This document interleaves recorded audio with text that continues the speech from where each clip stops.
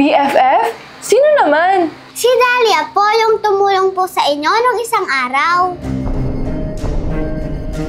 I'm not rich like you. Gusto mo pa din ako maging best friend? Wait, are you kidding? You're so funny. Of course not. Ayaw ko magkaroon ng friend like Aya na mahirap. Aya? Dahlia, pasensya na kung nabunggo kita, hindi ko sinasadya. Nasaktan ka ba? Patawarin mo ako, hindi kita nakita. Aya, relax din naman ako galit sa'yo eh. Talaga? Yes, pick-up lines tayo. Oo, yung kasama si Ruru. Oo nga, no? Nakakamiss naman yan. Sana makumpleto ulit tayo. Masaya nga pag kumpleto tayo. Asan na kaya sila? Oo, sabi niya magkaibigan na kami. Totoo ba yan? Di ba ayaw nila makipag-friend sa mga hindi nila ka-level? Sabi niya tanggap niya ako kahit mahirap lang ako. Mas okay? Hello, Mami? Nasaan ka? Kailan ka uwi dito? Hindi pa. Di ba usapan natin, kapag nakuha ko na lahat ng kayamanan ni Miss Jane, ititigil mo na yan? Yana, dapat lang nakunin mo. Dahil siya ang may kasalanan kung bakit ka nalayo sa akin ng 15 years. Kaya nga pinaghihiganti na kita, di ba? Mami, uhaw ako sa pagmamahal ng isang ina. Kaya umuwi ka na sa amin dito ni Dahlia. Parang awa mo na. Pag nasa iyo na ang lahat, uuwi na ako. Tigil mo na yung pagsusugal at iwanan mo na ang pamilya mo dyan. Hello? Hello, Mami? Hello?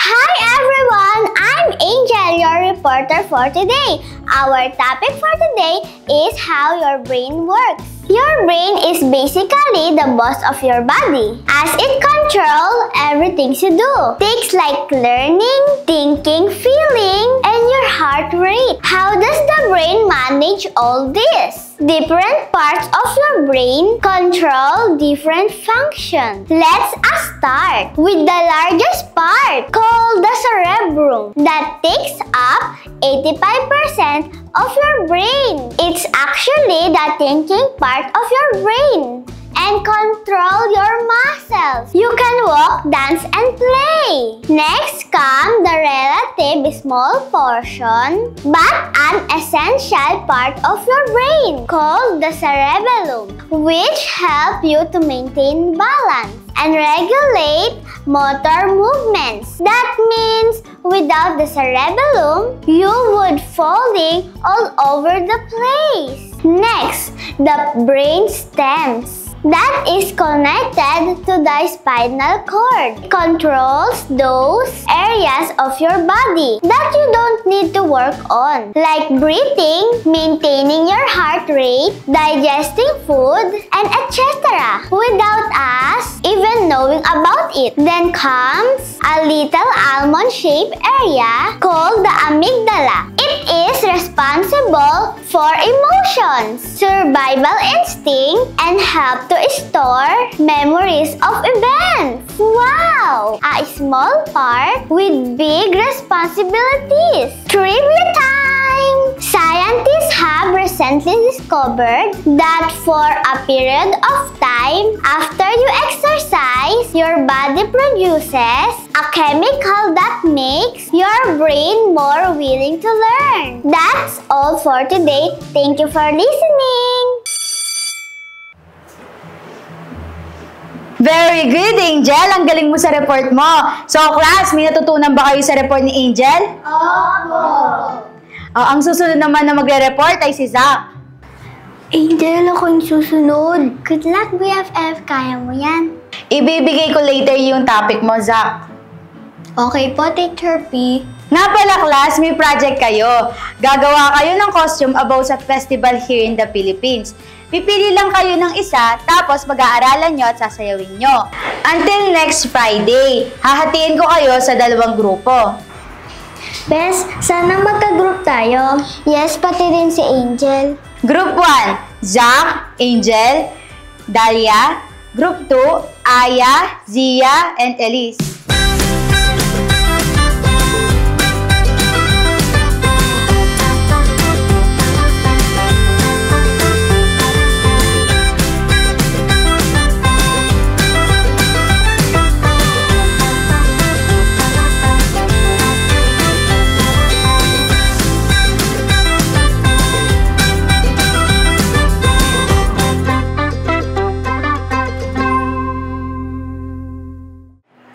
Teacher, pwede po ba magkagrupo po kami ni Dahlia? Sorry, Zia, hindi na kasi pwede magpalit ng grupo. Hayaan mo, next time ha? Okay, class, that's all for today. Goodbye and see you tomorrow. Goodbye, Teacher P! See you tomorrow! Ano ba yan? Gusto kita ka-group? Ayaw ko ka-group si Aya. I don't like her. Okay lang yan? Bakit okay lang ba sa'yo na hindi tayo magkasama? Ayaw mo na siguro ako maging best friend, no? Gusto, pero yun yung sinabi ni Teacher P eh. I hate you, Dahlia. Hindi ka man lang nag-please kay Teacher P. Aya, magkagrupo tayo. Siguro, inis na niya si Zia. Ayaw pa naman ako kasama niyan. Madali lang naman yung gagawin natin. Excited na gumawa ng project kasi magka-group tayo. Oo nga eh, napapadali ang lahat pag tayo yung magka-group. Kaso nag-iwala yung dalawang mag-best friend. Si Dahlia at Zia ba? Okay lang yan, sa project lang naman. Angel, Zach, magka-grupo tayo for this project. So what's your plan? Siguro, kailangan muna natin pag-isipan kung anong festival ang pre-present natin. Mag-search tayo at maghari tayo sa magagastos natin. Yes, gusto niyo sabay ko na lang tayo gumawa ng project? Sure! Magpapaalam muna ako kay nanay. Kailan ba natin sisimulan? Maybe tomorrow. Okay, see you tomorrow. Uuwi na ako. Bye! Bye! Mukhang mabait ngayon si Dahlia, no? Alam ko, naiintindihan ko naman bakit siya masungit ng first day. Bakit daw? Secret! Ganyan ka na, nagsisikret ka na sa akin. Hindi naman. Zia, sasabi ka ba umuwi sa akin? Okay, fine.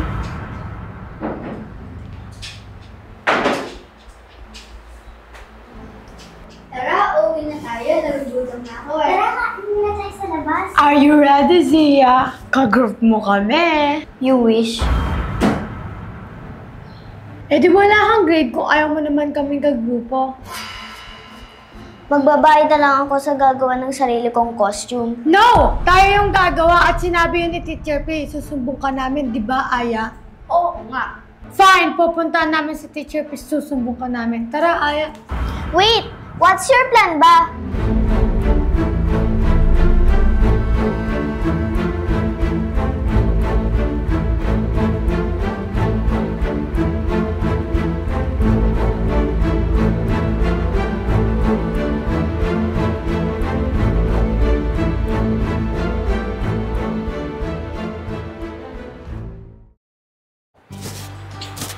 Dito na lang tayo sa sala. Upo muna kayo. Ganda pala ng bahay mo. Oo nga eh. Pero asan yung mga kasama mo? Wala. Siguro wala palaging tao dito. Kasi ang lungkot ng bahay nyo. Ang tahimik din. Kaya wala pictures and design. Uy, Zach, huwag ka magsalita ng ganyan. Ay, sorry. Okay lang yun, pero totoo yung sinabi mo. Panay ako mag-isa dito, pero sanay na ako. Diba sabi mo may ate ka? Oo, pero wala siya dito. Sana mag-meet din kami, no? Dahlia, ayoko na nakikita na nakakasama mo siya at huwag ka na rin makikipagkaibigan kay Angel. Uy, Dahlia! Ano pala yung first step natin sa project natin? Mag-search muna tayo ng mga festival costume. Tapos, i-drawing muna natin bago natin gawin. Para naka-ready na din yung mga materials na gagamitin natin. Tama! Ako na yung mag-drawing. Sabihin nyo na lang mga ideas nyo sa akin.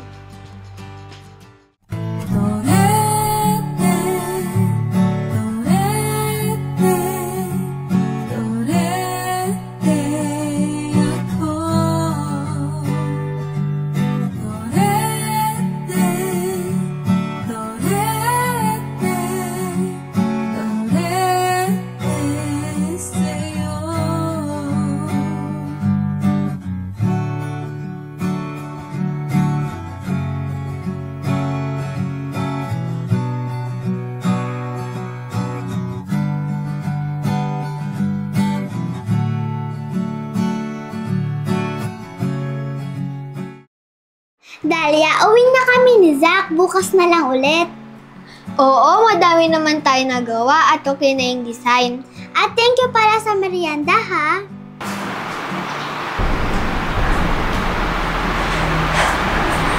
You're welcome. Ingat kayo sa pag-uwi, ha? Bye-bye! Bye! Bye!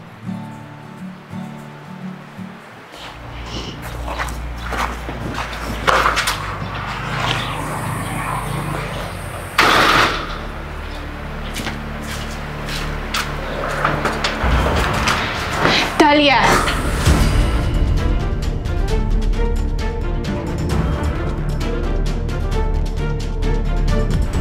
Bakit nandito sila, Angel?